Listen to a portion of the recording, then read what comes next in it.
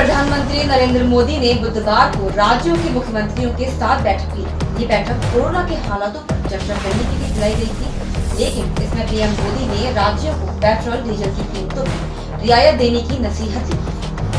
वहीं पीएम मोदी ने कहा कि केंद्र सरकार ने पिछले साल नवंबर में एक्साइज ड्यूटी घटाई थी और राज्यों से टैक्स कम करने का आग्रह किया था, लेकिन कुछ राज्यों ने मेरी बात नहीं मानी। इसके साथ ही उन्होंने विपक्षी पार्टियों के मुख्यमंत्रियों से भी टैक्स घटाने का आग्रह किया। वहीं प्रधानमंत्री के इस बयान से एक बार फिर सियासत गर्म हो गई। जी हाँ, बता दें, तेलंगाना के मुख्यमंत्री चंद्रशेखर राव ने ट्वीट कर लिखा कि केंद्र सरकार सेंस के नाम पर राज्यों को लूट रही है। इसके साथ ही पश्चिम बंगाल की मुख्यमंत्री ममता बनर्जी ने कहा कि केंद्र पर हमारा 98,000 करोड़ रुपए बकाया है। अगर केंद्र इसका भुगतान कर देता है तो अगले पिछले 5 साल तक हम कोई टैक्स नहीं लेंगे। नागरिकों की भलाई के लिए, अपने नागरिकों को तकलीफ न हो इसलिए अपने वेट में, टैक्स में कमी की पॉजिटिव कदम उठाए। वहीं गुजरात और कर्नाटक के पड़ोसी राज्य ने टैक्स में कमी न करके इन 6 महीनों में 3,500 करोड़ रुपए से लेकर के 5,500 करोड़ रुपए तक अतिरिक्त राजस्व कमा लिया।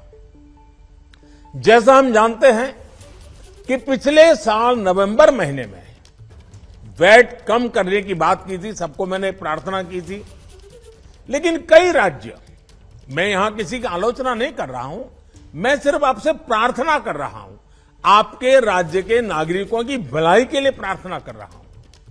अब जैसे उस समय 6 महीने पहले कुछ राज्यों ने बात को माना, कुछ राज्यों ने नहीं माना। अब कई राज्य जैसे महाराष्ट्र, पश्चिम बंगाल, तेलंगाना, आंध्र प्रदेश, तमिलनाडु, केरला, झारखंड, किसी न किसी कारण से उन्होंने इस बात को नहीं माना और उनके राज्य को, नागरिकों को बोझ कंटिन्यू रहा। मैं इस बात में नहीं जाऊंगा कि इस दौरान इन राज्यों ने कितना रेवेन्यू कमाया, लेकिन अब आपसे मेरी प्रार्थना है कि देश हित में आप पिछले नवंबर में जो करना था, 6 महीने डिले हो चुका है, अब भी आप अपने राज्य के नागरिकों को वैट कम करके इसका बेनिफिट पहुंचाइए। आप सब जानते हैं कि भारत सरकार के पास जो रेवेन्यू आता है उसका 42% तो राज्यों के ही पास चला जाता है। मेरा सभी राज्यों से आग्रह है कि वैश्विक संकट के इस समय में कोऑपरेटिव फेडरलिज्म की भावना पर चलते हुए एक टीम के रूप में हम सब मिलकर काम करें। अब मैं कई विषय हैं, बारीकी में नहीं जा रहा हूं, जैसे फर्टिलाइजर। आज हम तो फर्टिलाइजर पर दुनिया के देशों पर डिपेंडेंट है। कितना बड़ा संकट आया है, लगातार अनेक गुना सब्सिडी बढ़ रही है। हम किसानों पर बोझ ट्रांसफर नहीं करना चाहते।